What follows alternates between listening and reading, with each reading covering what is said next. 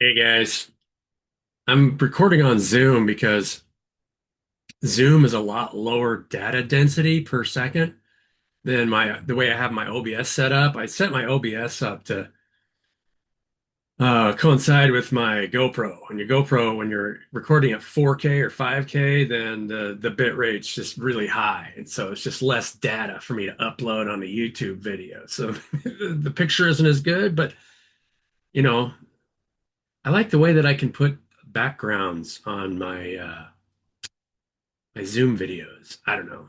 I mean, the it's only 1080p, so I might not look as crisp. Anyway, yeah. What do I have to talk about today? What do you guys need to hear? What do we all need to hear? That we're love and be loved. And um, so uh, you know, today's Friday, and I'm not doing a YouTube live today. I just figured I'd record a video and upload it. And it's easier for me to upload, obviously, it's a lower bit rate. And I can make it, I don't have to worry about trying to restrict how long it is. If I make a 20-minute video at 4K, and other creators understand that if you're watching this video, it just takes way longer to upload, you know, even editing, making clips, one little clip that you upload onto LinkedIn or Facebook or Instagram or whatever, takes much longer. So for those of you out there, if you're using your smartphone, you know, obviously you want to get connected to a pretty decent network. These are all technical things, I guess, in this video, maybe to help you guys out. Um, but when it comes to, I've talked about this a lot on my channel. When it comes to businesses and how we work together in our day-to-day lives, all of it is an expression of our internal state. And that's really what I wanted to focus on today. All of our relationships are an expression of our internal state. And it can be too easy to take on too much of the load ourselves. If you're doing that, and that's something that, I've identified with when I was really young. And I didn't grow up in the healthiest family. I was talking to my brother about this the other day, where my mom did a line share of a lot of the stuff, but she didn't. There was a lot of things that she didn't take care of that we could have distributed amongst the family. When we got older, I ended up doing all my own laundry and cooking for myself as I got older because I realized that I had to rely on myself, and that can be a good and a bad thing because it doesn't really force you to set boundaries where you say, "Hey, look, we need to take care of this together," and all do what we're asked, especially when it comes to the day-to-day chores. A healthy family is about distributing the tasks that we all have to take care of so that we can spend more time together. And our time together is much higher quality because everybody's contributing to the things that need to get done so that we can spend more time together. If your mom spends all her time doing all the cleaning, all the cooking, all the laundry. She's bushed, and everybody else is kind of screwing off. That's not a fun way to run a healthy family. And the same thing works in business. Somebody just, posted something online here. I think her name is Heather. I can't remember her last name. It starts with an L, and I'd probably mispronounce it if I did. It's like Logan or Loglin or something. Um, about how she runs into people, executive coach or executives that feel like if they're gone, they can't leave for more than a day or two and feel comfortable of the things that they have to take care of get taken care of. If you didn't feel like you can take a week off and somebody can't cover for you for the things that need to take care of, you're not structuring your relationships correctly. You've got to be able to take some time off for yourself, um, and feel like you're a part of a group of people that can take care of you. We're all here to take care of one another. And if we don't feel like we can do that, then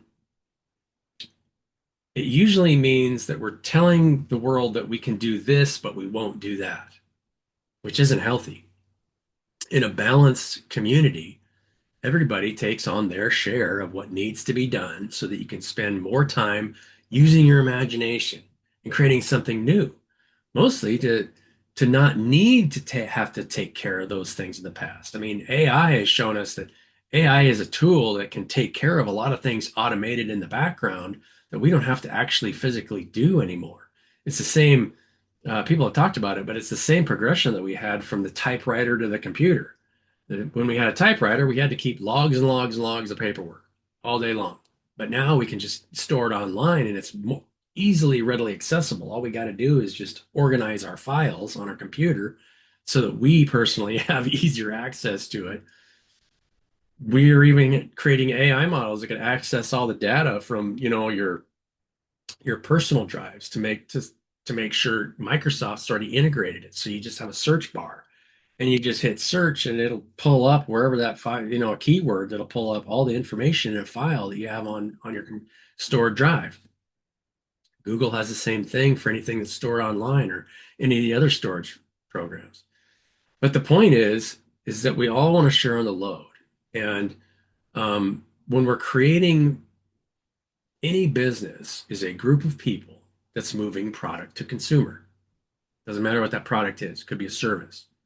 But if the people that are connected within that group aren't sharing the load of what needs to get done, all the boring tasks that everybody's got to take care of, whether that's the financial model, or taking the garbage out or doing these things.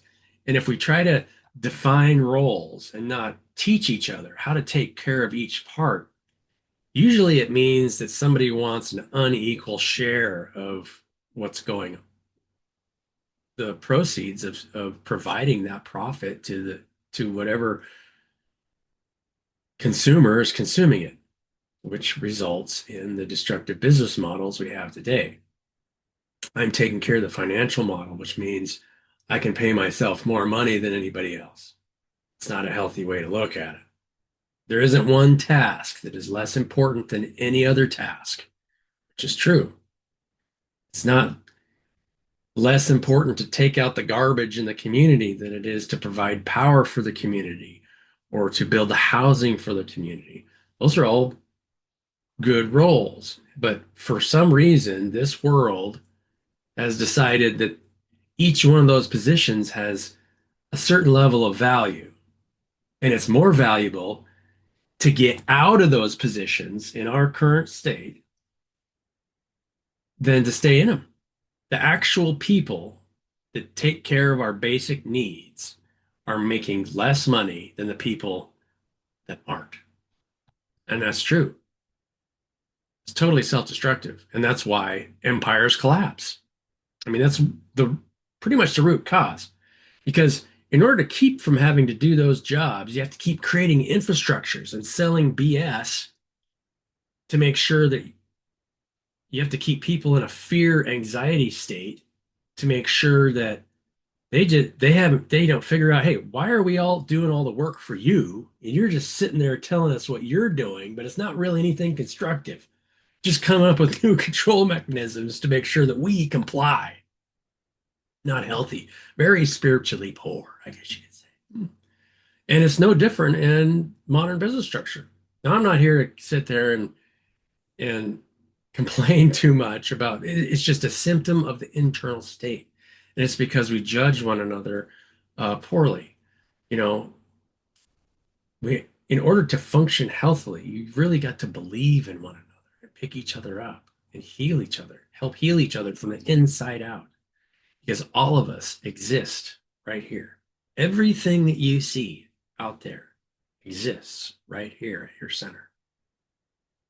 Every point, if every point is instantaneously connected to every other point, then it all exists in your heart space. How do you feel about it? And if you don't feel good about it, why?